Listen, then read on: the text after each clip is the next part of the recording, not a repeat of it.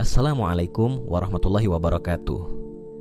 Pernahkah terbersit dalam benak kita, di tengah kesibukan kita mengejar target amalan seperti sholat sunnah duha, sholat tahajud, puasa Senin Kamis yang mungkin tak pernah putus, tilawah Al-Quran berjuz-juz setiap hari, zikir ribuan kali, sedekah yang tak terhitung jumlahnya.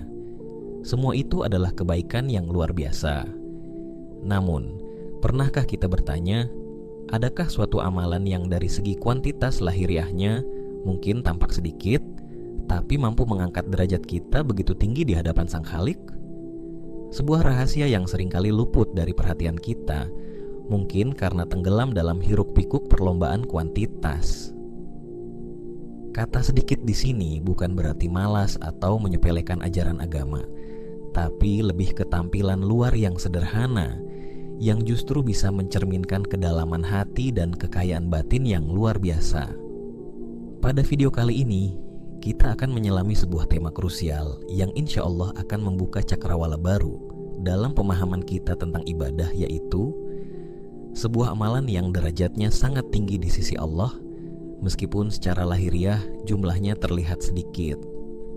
Pastikan tonton sampai akhir, karena pembahasan ini ngena banget dan tentunya cocok buat kamu. Yuk, langsung saja kita bahas yang pertama. Bagian 1. Meluruskan persepsi bahwa kuantitas bukanlah segalanya.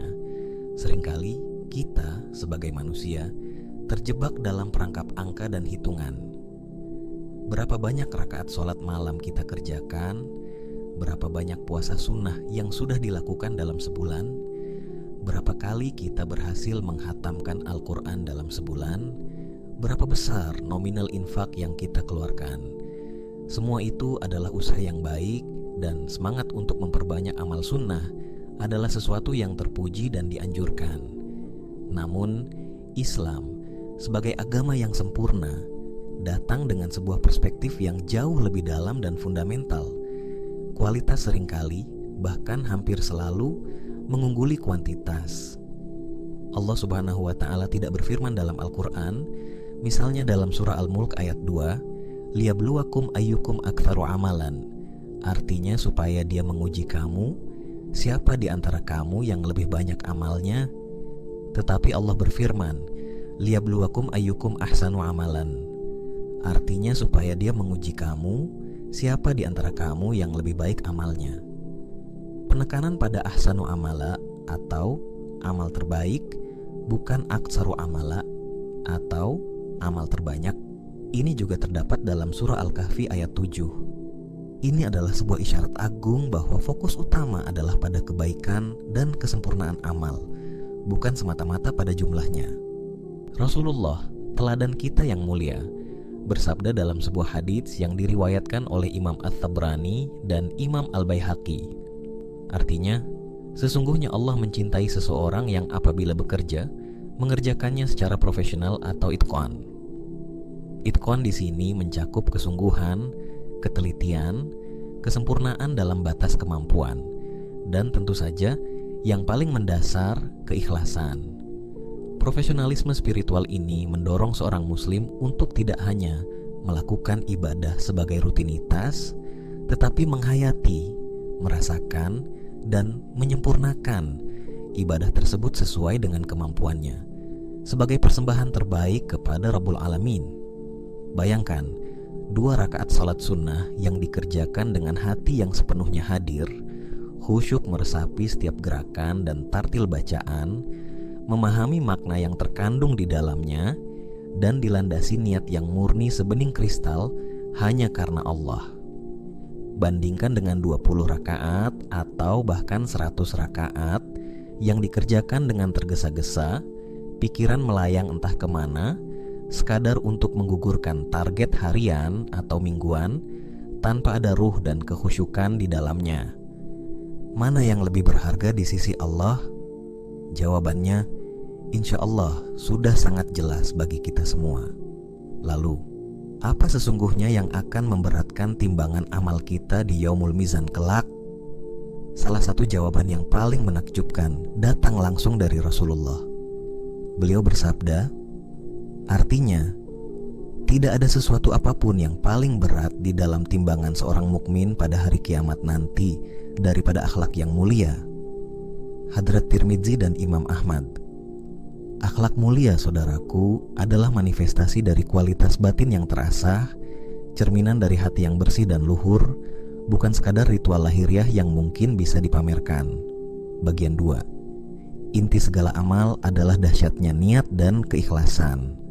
Jika kualitas amal adalah bingkai indahnya, maka niat dan keikhlasan adalah permata yang berkilauan tak ternilai harganya, yang bersinar cemerlang di dalam bingkai tersebut. Inilah ruh dari setiap amal perbuatan kita. Inilah fondasi yang menentukan apakah sebuah amal akan diterima atau ditolak oleh Allah Subhanahu wa Ta'ala. Inilah faktor krusial yang menentukan apakah amal kita akan menjadi ringan laksana kapas yang berterbangan, ataukah menjadi berat laksana gunung Uhud di timbangan Allah kelak. Rasulullah bersabda, sesungguhnya setiap amalan tergantung pada niatnya, dan setiap orang akan mendapatkan apa yang ia niatkan. Hadits ini salah satu pilar utama dalam agama Islam. Ia bukan hanya membedakan antara perbuatan yang bernilai ibadah dengan perbuatan yang sekadar adat kebiasaan, atau membedakan antara satu jenis ibadah dengan ibadah lainnya. Lebih dari itu, yang paling fundamental, hadits ini menegaskan untuk siapa amal itu kita persembahkan. Niat yang lurus, niat yang benar, niat yang ditujukan semata-mata karena Allah adalah langkah awal yang tak bisa ditawar menuju amal yang berkualitas tinggi dan diterima di sisinya. Lalu, apakah itu ikhlas? Menurut Imam Al-Ghazali, dalam kitab mahakaryanya Ihya Ulumuddin, memberikan definisi yang sangat mendalam tentang ikhlas. Beliau menjelaskan bahwa ikhlas adalah setiap amal perbuatan, sekecil atau sebesar apapun, harus benar-benar bersih dari niat selain Allah. Semata-mata kita lakukan itu untuk taqarrub, yaitu meraih kedekatan dengan Allah. Seperti seorang pandai emas yang dengan teliti memisahkan emas murni dari segala kotoran dan campuran logam lainnya, sehingga yang tersisa hanyalah kemilau emas murni yang berharga. Demikian pula hati seorang mukhlis, ia berusaha menjadikan ketaatannya murni hanya untuk Allah. Niat yang ikhlas inilah yang mampu membuat amalan yang tampak kecil di mata manusia menjadi sangat besar pahalanya di sisi Allah, dan sebaliknya, amalan yang terlihat besar dan megah bisa menjadi sia-sia, bahkan mendatangkan dosa jika niatnya tercemar oleh riya atau pamer atau tujuan duniawi lainnya. Allah Subhanahu wa Ta'ala berfirman dalam surah Al-Bayyinah ayat 5, sebuah ayat yang menjadi landasan agung tentang hakikat agama ini.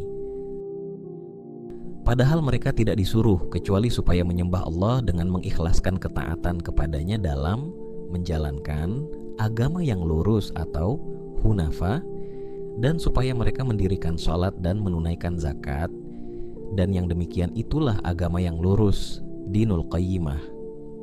Qais Al-Bayyinah, maksud dari mukhlishina lahuddin berarti mereka memurnikan seluruh ibadah dan ketaatan mereka hanya untuk Allah semata, membersihkannya dari segala bentuk syirik, riya atau pamer, sum'ah atau ingin didengar, dan segala niat selain mengharap wajah Allah. Sedangkan hunafa, bentuk jamak dari hanif, berarti lurus, condong kepada kebenaran tauhid, berpaling dari segala bentuk kesesatan, penyimpangan dan agama-agama batil, serta teguh mengikuti millah, ajaran Nabi Ibrahim alaihissalam yang merupakan bapak para nabi tauhid. Gabungan antara ikhlas, memurnikan niat, dan hanif, lurus dalam bertauhid dan mengikuti kebenaran, inilah yang kemudian disebut oleh Allah sebagai dinul qayyimah, yaitu agama yang tegak, lurus, benar, adil, dan berkualitas tinggi di sisi Allah Subhanahu wa Ta'ala. Jadi agama yang lurus itu bukanlah sekadar kumpulan ritual lahiriah, melainkan agama yang ditegakkan di atas fondasi keikhlasan yang murni dan ketauhidan yang kokoh. Kualitas amal seorang hamba sangat ditentukan oleh sejauh mana ia mampu merefleksikan prinsip mukhlishina lahuddin hunafa dalam setiap aspek kehidupannya.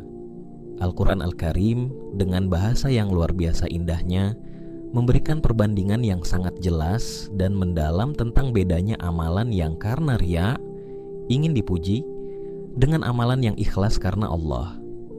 Allah mengumpamakan amal orang yang riya, yang berinfak namun disertai dengan menyebut-nyebut pemberiannya atau menyakiti hati penerima, atau beramal agar dilihat manusia laksana debu di atas batu yang licin. Begitu datang hujan ujian atau ketika dihadapkan pada pengadilan Allah yang maha adil, semua itu sirna tak berbekas, hilang tak bernilai. Sebaliknya, perumpamaan amal yang dilandasi keikhlasan laksana, sebutir benih yang menumbuhkan 7 bulir, pada tiap-tiap bulir 100 biji. Allah melipat gandakan ganjaran bagi siapa yang Dia kehendaki. Subhanallah. Amalan yang ikhlas, walau mungkin tampak kecil seperti sebutir benih di mata manusia, namun di sisi Allah ia memiliki potensi tumbuh dan berkembang biak menjadi pahala yang berlipat-lipat ganda, tak terhingga. Mari kita biasakan setiap kali memulai amalan dengan membaca bismillah, dengan kesadaran penuh ikhlas lillahi ta'ala, hanya karena Allah. Hal ini untuk mengurangi keterpaksaan, kemudian melaksanakannya dengan sungguh-sungguh, dan setelah selesai kita ucapkan Alhamdulillah dan La haula wala quwata illa billahil aliyil adzim. Lafaz hauqallah. Ini bukan sekadar ucapan, tapi juga bentuk pengakuan bahwa tanpa pertolongan Allah, amal kita tidak ada nilainya, sehingga kita terhindar dari kesombongan dalam beribadah. Ini berarti kita harus terus-menerus melawan bisikan nafsu, menepis keinginan untuk dipuji, dan menjauhkan diri dari mengharapkan imbalan duniawi. Sedikit amal sunnah yang berhasil melalui proses pemurnian ikhlas yang ketat ini, nilainya akan jauh melampaui amal yang banyak namun tercemar oleh berbagai kepentingan duniawi. Inilah salah satu rahasia mengapa amalan yang sedikit dari segi kuantitas bisa begitu tinggi derajatnya di sisi Allah. Bagian 3. Kisah inspiratif amalan hati sang penghuni surga. Saudaraku yang dimuliakan Allah, mari kita hadirkan satu kisah nyata dari taman kehidupan para sahabat Rasulullah. Sebuah kisah yang begitu gamblang, begitu menyentuh, melukiskan betapa dahsyatnya kekuatan amalan hati, meskipun amalan tersebut tak tampak gemerlap di permukaan, tak terukur oleh pandangan mata manusia biasa. Suatu hari, di sebuah majelis yang penuh berkah bersama sang kekasih Allah, Rasulullah Muhammad, beliau bersabda kepada para sahabatnya, "Akan datang kepada kalian sekarang ini seorang laki-laki penghuni surga." Tentu saja, para sahabat yang mulia, yang senantiasa merindukan surga dan ridha Allah, merasa sangat penasaran. Siapakah gerangan orang beruntung yang mendapatkan jaminan surga langsung dari lisan Rasulullah ini? Tak lama kemudian, muncullah dari salah satu pintu masjid seorang sahabat dari kaum Ansyar. Penampilannya sangat sederhana, janggutnya masih basah oleh sisa air wudhu, dan tangan kirinya menenteng kedua sandalnya. Keesokan harinya, di majelis yang sama, Rasulullah kembali mengucapkan sabda yang serupa, dan sekali lagi, yang muncul adalah sahabat Ansyar yang sama seperti hari sebelumnya. Peristiwa ini terulang hingga hari ketiga. Rasulullah tetap mengucapkan kalimat yang sama, dan sahabat Ansyar yang sama pula yang muncul. Para sahabat semakin diliputi rasa takjub dan pertanyaan besar. Amalan istimewa apakah yang dimiliki oleh orang ini? Apakah ia seorang ahli ibadah yang salat malamnya tak pernah putus? Ataukah puasanya tiada henti? Atau sedekahnya melimpah ruah? Atau jihadnya yang paling heroik? Tak ada yang tahu pasti. Di antara para sahabat ada Abdullah bin Amr bin Al-Ash radhiyallahu anhuma, seorang pemuda yang terkenal sangat tekun dalam beribadah, rajin berpuasa, dan banyak melakukan salat malam.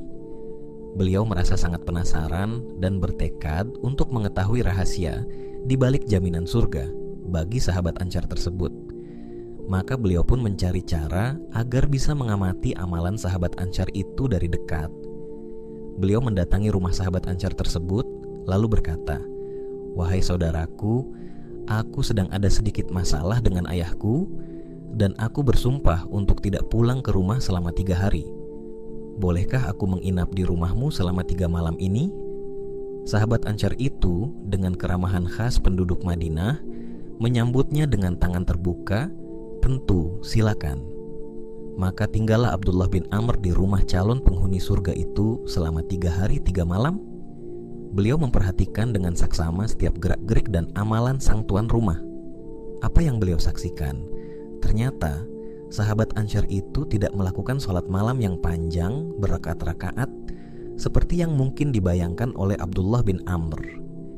Ibadah malamnya biasa saja, ia tidur seperti biasa, dan jika terbangun di malam hari, ia berzikir kepada Allah lalu tidur kembali hingga waktu subuh. Puasa sunnahnya pun tidak tampak istimewa. Abdullah bin Amr hampir saja merasa bahwa amalan sahabat Ansyar ini tidak ada yang luar biasa, tidak sebanyak yang ia sendiri lakukan. Di akhir hari ketiga, rasa penasaran Abdullah bin Amr tak dapat lagi dibendung. Sebelum berpamitan, beliau memberanikan diri untuk menceritakan apa yang sebenarnya terjadi tentang sabda Rasulullah dan rasa ingin tahunya yang besar. Ia berkata, "Wahai hamba Allah, sesungguhnya tidak ada perselisihan antara aku dan ayahku. Namun, aku mendengar Rasulullah bersabda tentangmu 3 kali bahwa engkau adalah penghuni surga. Aku pun ingin mengetahui amalanmu agar aku bisa menirunya.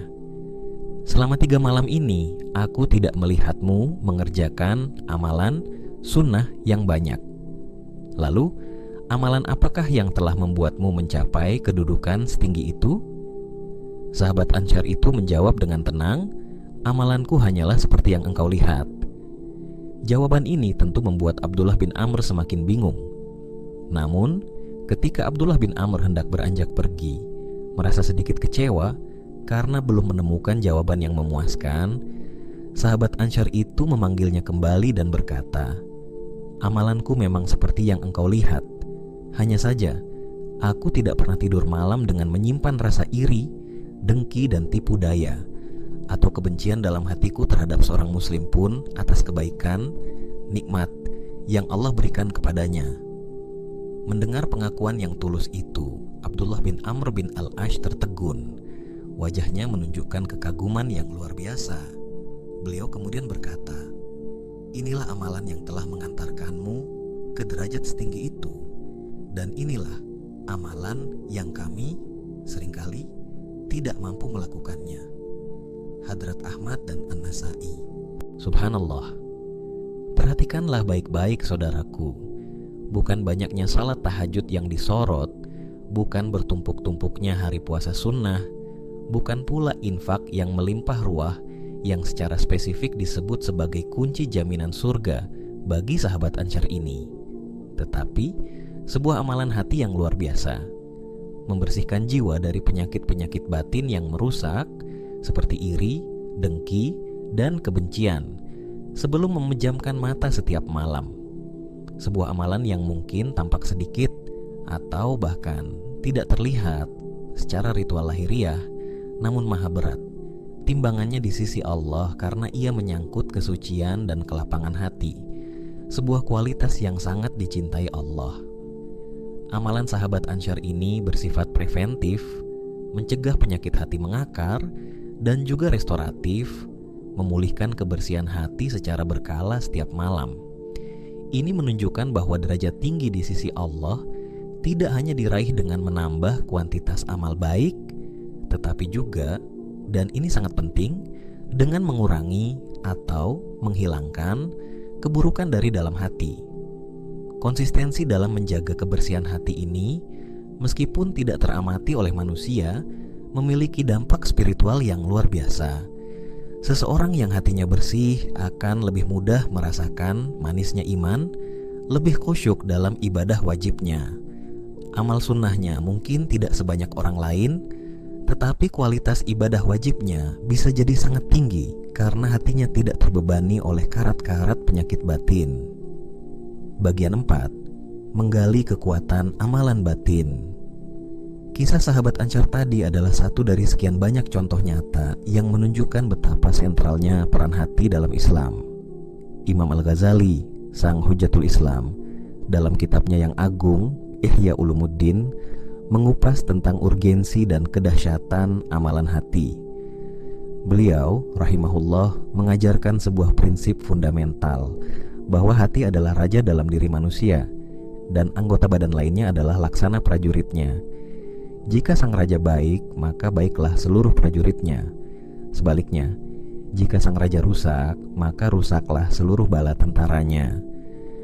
Amalan-amalan badan, betapapun banyaknya, tidak akan benar-benar saleh dan diterima tanpa dimediasi dan didasari oleh amalan hati yang benar. Lalu, apa sajakah amalan-amalan hati yang dimaksud itu? Banyak sekali saudaraku, dan masing-masing memiliki kedalaman makna dan keutamaan yang luar biasa. Di antaranya yang paling pokok adalah al-ikhlas, keikhlasan. Sebagaimana telah kita bahas, yaitu memurnikan niat dan amal semata-mata karena Allah. Ini adalah syarat utama diterimanya amal. Al-mahabbah, kecintaan, yaitu kecintaan yang mendalam dan tulus kepada Allah Subhanahu wa Ta'ala, kepada Rasul-Nya, dan kepada apa-apa yang dicintai oleh Allah dan Rasul-Nya. Cinta inilah yang menjadi bahan bakar utama dalam ketaatan. Al-khauf, rasa takut. Bukan takut dalam artian pengecut, melainkan rasa takut yang lahir dari pengagungan terhadap kebesaran Allah, takut akan azabnya, dan takut jika amalannya tidak diterima. Rasa takut inilah yang menjadi benteng dari perbuatan maksiat. Ar-raja, harapan, yaitu harapan yang besar dan tak pernah putus akan rahmat, ampunan, dan karunia Allah, meskipun diri berlumur dosa. Harapan inilah yang membangkitkan semangat untuk terus bertaubat dan beramal. At-tawakkul, kepasrahan, yaitu menyandarkan dan menyerahkan segala urusan kepada Allah setelah berusaha maksimal, dengan keyakinan penuh bahwa hanya Allah lah sebaik-baik pelindung dan penolong. Asy-syukr, syukur, yaitu mengakui dengan hati, mengucapkan dengan lisan, dan menggunakan nikmat-nikmat Allah untuk ketaatan kepadanya. Asy-syabr, sabar, yaitu keteguhan dan ketahanan hati dalam menghadapi 3 perkara. Sabar dalam menjalankan ketaatan, sabar dalam menjauhi kemaksiatan, dan sabar dalam menghadapi musibah dan takdir Allah yang mungkin terasa pahit. At-tawadhu, rendah hati, yaitu sikap tidak sombong, tidak merasa lebih baik dari orang lain, dan senantiasa mengakui kelemahan diri di hadapan Allah dan sesama makhluk. Membersihkan hati dari penyakit-penyakitnya, seperti yang dicontohkan sahabat Ansyar tadi, yaitu membersihkan hati dari iri, dengki, hasad, ujub, bangga diri, riya, sum'ah, takabbur, sombong, dan berbagai penyakit hati lainnya yang dapat merusak amal dan iman. Amalan hati bukan hanya sekadar tambahan atau penyempurna ibadah ritual. Ia adalah katalisator yang melipat gandakan nilai semua jenis kebaikan, baik yang bersifat vertikal, hablum minallah, maupun horizontal, hablum minan nas. Sedikit amal sunnah yang lahir dari hati yang dipenuhi mahabbah, ikhlas, dan diiringi akhlak mulia seperti kejujuran, akan memiliki dampak dan nilai yang jauh lebih besar daripada sekadar ritual yang kosong dari ruh batiniah. Imam Al-Ghazali dalam konteks menghafal Al-Quran misalnya juga merinci amalan-amalan batin seperti memahami keagungan kalamullah, mengagungkan Allah, menghadirkan hati, tadabbur, dan seterusnya. Ini menunjukkan bahwa kultivasi hati adalah sesuatu yang bisa dipelajari, dilatih, dan diupayakan secara sistematis, bukan hanya sekadar perasaan abstrak yang datang dan pergi. Bagian 5. Meraih kemuliaan sejati.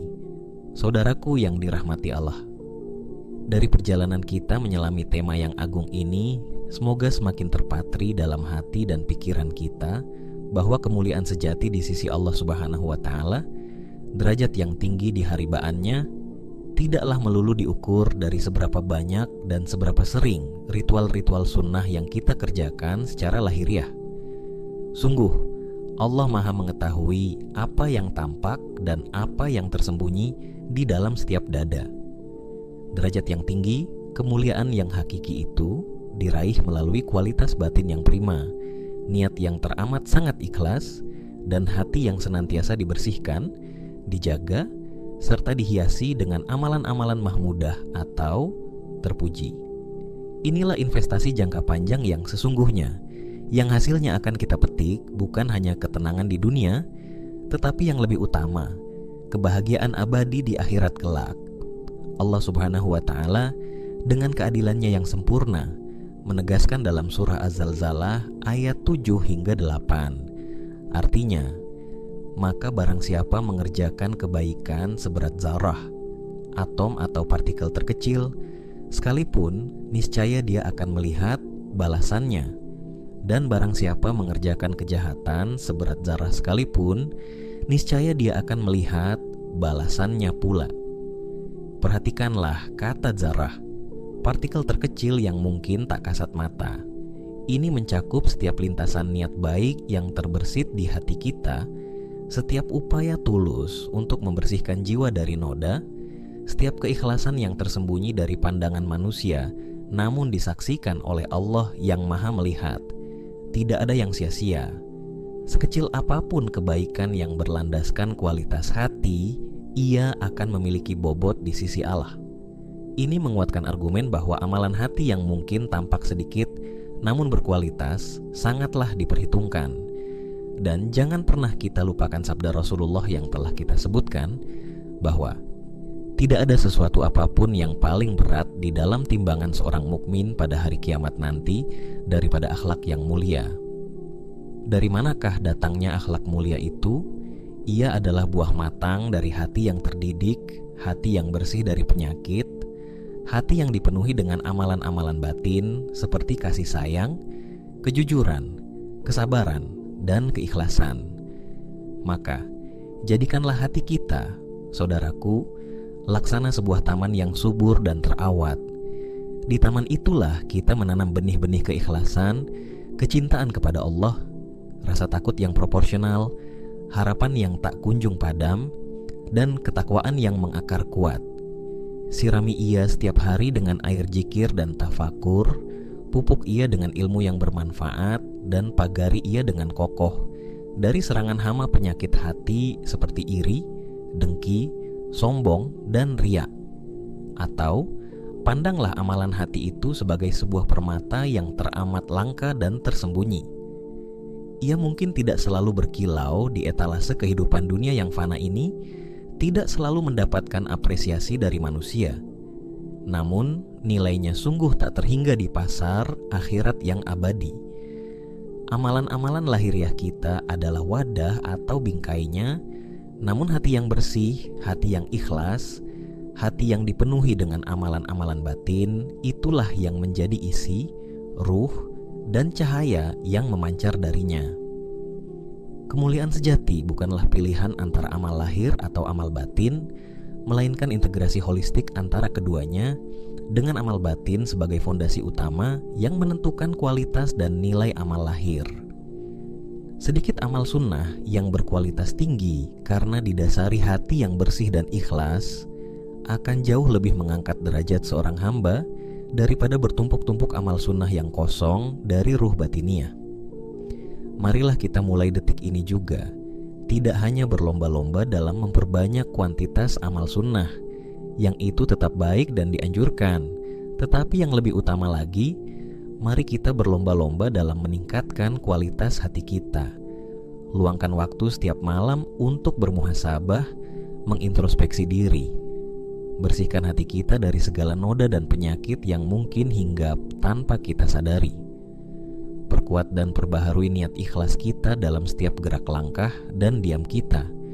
Karena disitulah, di dalam hati yang bersih dan tulus itulah, letak kemuliaan sejati dan derajat yang tinggi di sisi Allah Subhanahu wa Ta'ala, meskipun mungkin amal sunnah lahiriah kita tampak sedikit di mata manusia. Terima kasih telah menyimak video ini. Jika Anda merasa konten ini bermanfaat, jangan lupa untuk like, share, dan subscribe channel ini agar kita bisa terus berbagi inspirasi. Wassalamualaikum warahmatullahi wabarakatuh.